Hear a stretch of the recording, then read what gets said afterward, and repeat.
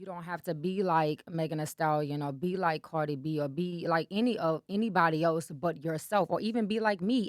Music influencers are their moms, so to speak, or are their big sisters to say, well, you can do Mm, this and you can do that, and you mm. can live how you want to live, and this is how I make money. And so they're learning life from that set of lens. And so I just want to encourage them to be authentically you. In the artist spotlight, okay. Making sure you shine bright, okay. Rhyme righteous, that's right, okay. Track stars too hype, okay. Yo, what's going on? This is your man Ryan Righteous, and this is the Independent Artist Spotlight presented by Next Level Provision. Y'all know you just gotta trust God, man, always and everything. Trust God. Man, I am excited. I am sitting down with the songbird of the South. She is amazing in her quality of music, her style. She is on Instagram, killing it right now, social media. She's got a new song coming out on March 7th called Lies. I'm sitting down today with Gigi Pender, y'all, and it's going to be crazy. I've had a conversation with her before. We talked about some wild, amazing things. Now you get to hear it. And this is the Independent Artist Spotlight with Gigi Pender. Let's get into it.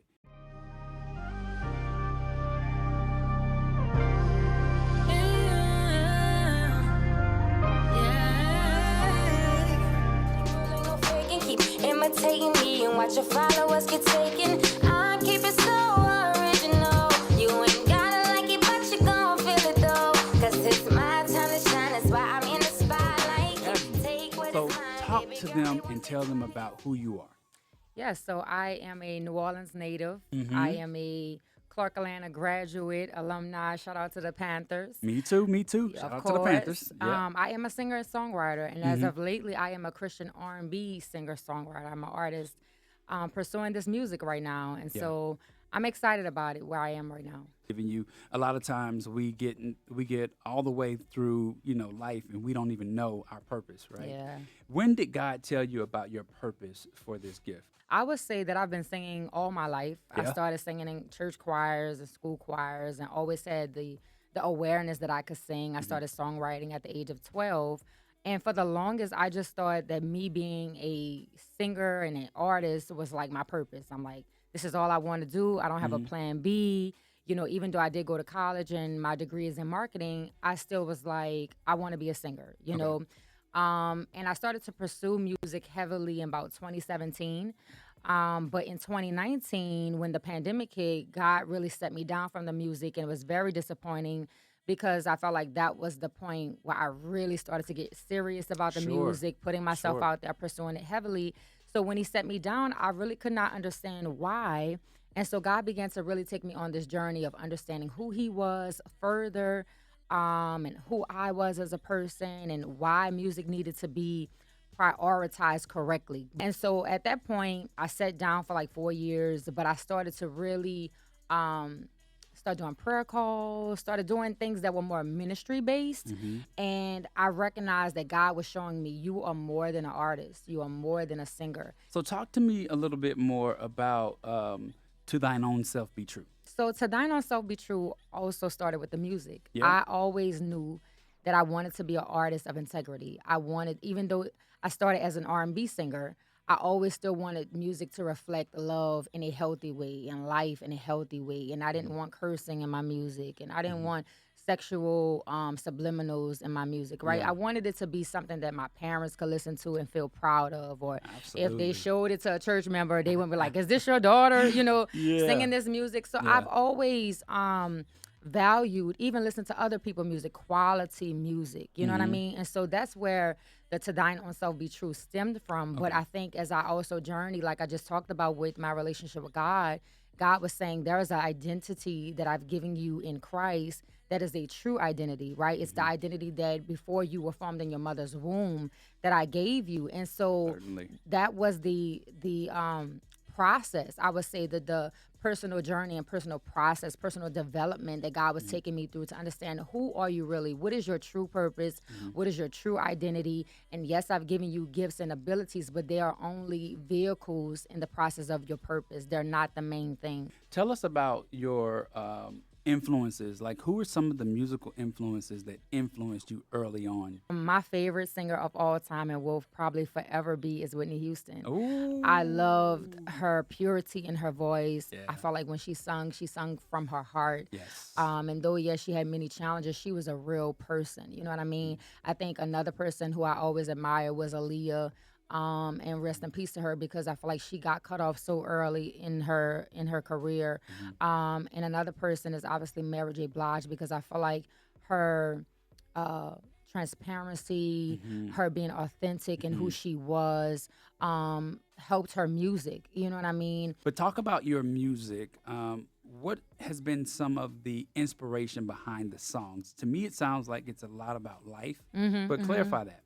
Yeah, I would say that. I would say my R&B music has always been about things that I've gone through, things Yeah. that I've experienced, or that I know someone close to me has experienced. And I Hmm. always feel like when I write songs, I try to write it in a very simplified way. I want Okay. to get straight to the point of what I'm saying, and I Hmm. want to catch you hooked to reel you in and have you listening to it on repeat all the Yeah. time, right? And so typically that's how I write songs, but my songs have always been about things that I've gone through, and so it's not a coincidence that now God is transitioning me into things that I'm currently going through, which is my relationship with God, Okay. which is continuing to grow as a person, which is my singlehood life. You know what I mean? Things that I'm currently going through that I can speak to, that I feel like other people can relate to, because I feel like that's what music is about. Yeah. I'm so excited about my single Lies that's coming out because I Hmm. feel like a lot of people struggle with anxiety. I feel like a lot of people have struggled with self perfectionism. Very I much so. feel like people struggle with wanting to move forward, but maybe being scared to move forward. And you Hmm. start with a plan, but then you have all of these questions about what if. And so I think that song Lies really speaks to that. And it's something that I've been going through over the years. And now I'm at this pinnacle now where I recognize these are lies. I need to walk in the Mm-hmm. truth of who I am, the truth of who God says I am, the truth of God's word, Hmm. the truth of what's possible, right? And so, yeah, Yeah. I've always understood my sound. I've Okay. always understood, especially starting recording at a Hmm. young age at 12 years old. Hmm. Even I got an opportunity when I moved to New Jersey after Hurricane Katrina. I wrote a song called I Cry. And the song was Mm. about Hurricane Katrina and how I felt like my family, we were relocated and displaced and Yeah. all of these feelings at the age of 15. And my teacher was like, I really want to put you, shout out to Mr. Ennis, he may see this, but he was like, I really want you to put your song in this Grammy contest. And Oh so at that time, this was wow. in New Jersey slash New York.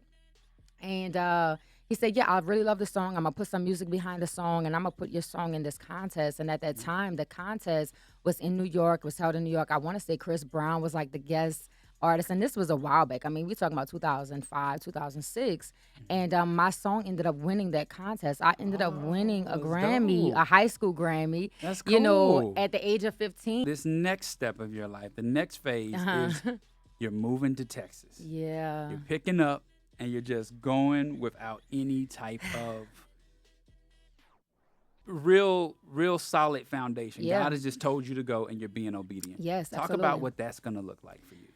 I am a little nervous about this new move, but I'm Yeah. excited because Hmm. I've always seen that when I obey God, when I choose, right, when I'm Right. willing to step out of my comfort zone, He always honors that. Yeah. And of course, the journey isn't always smooth, Right. or always ideal in the sense of how it unfolds, but He always manages to work it out and orchestrate things and bring people on board to like really help me through the process. And so that's what I'm looking forward to. And then on top of that, even with me moving recently back to Atlanta, I've been Hmm. in Atlanta for 2 years now after leaving for some time.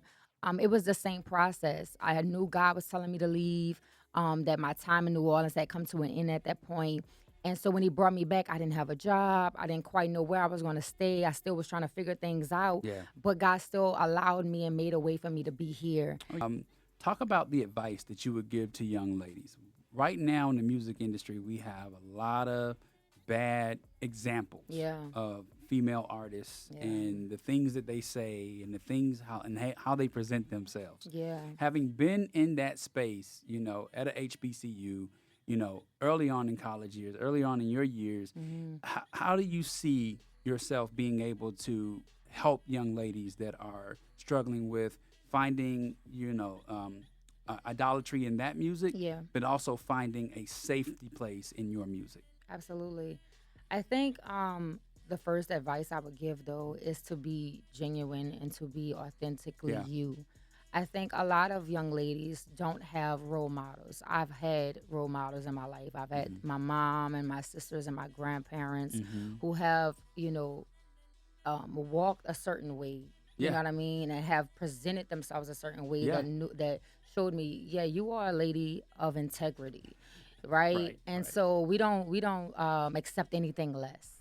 And so I think a lot of young ladies, especially in this generation, don't have the same access as we think they do sometimes. That they are learning a life on their own, and these music influencers are their moms, so to speak, or are their big sisters to say, well, you can do this and you can do that, and you can live how you want to live, and this is how I make money. And so they're learning a life from that set of lens. And so I just want to encourage them to be authentically you. You don't have to be like Megan Thee Stallion or be like Cardi B or be like anybody else but yourself, or even be like me. As much as I believe that I am a healthy role model, it is not meant for you to even be me. It's meant for you to be you. Okay, making sure you shine bright. Okay, rhyme righteous, that's right. Okay, track stars too hype. Okay, in the artist spotlight. Okay, making sure you shine bright. Okay, rhyme righteous, that's right. Okay, track stars too hype. Okay.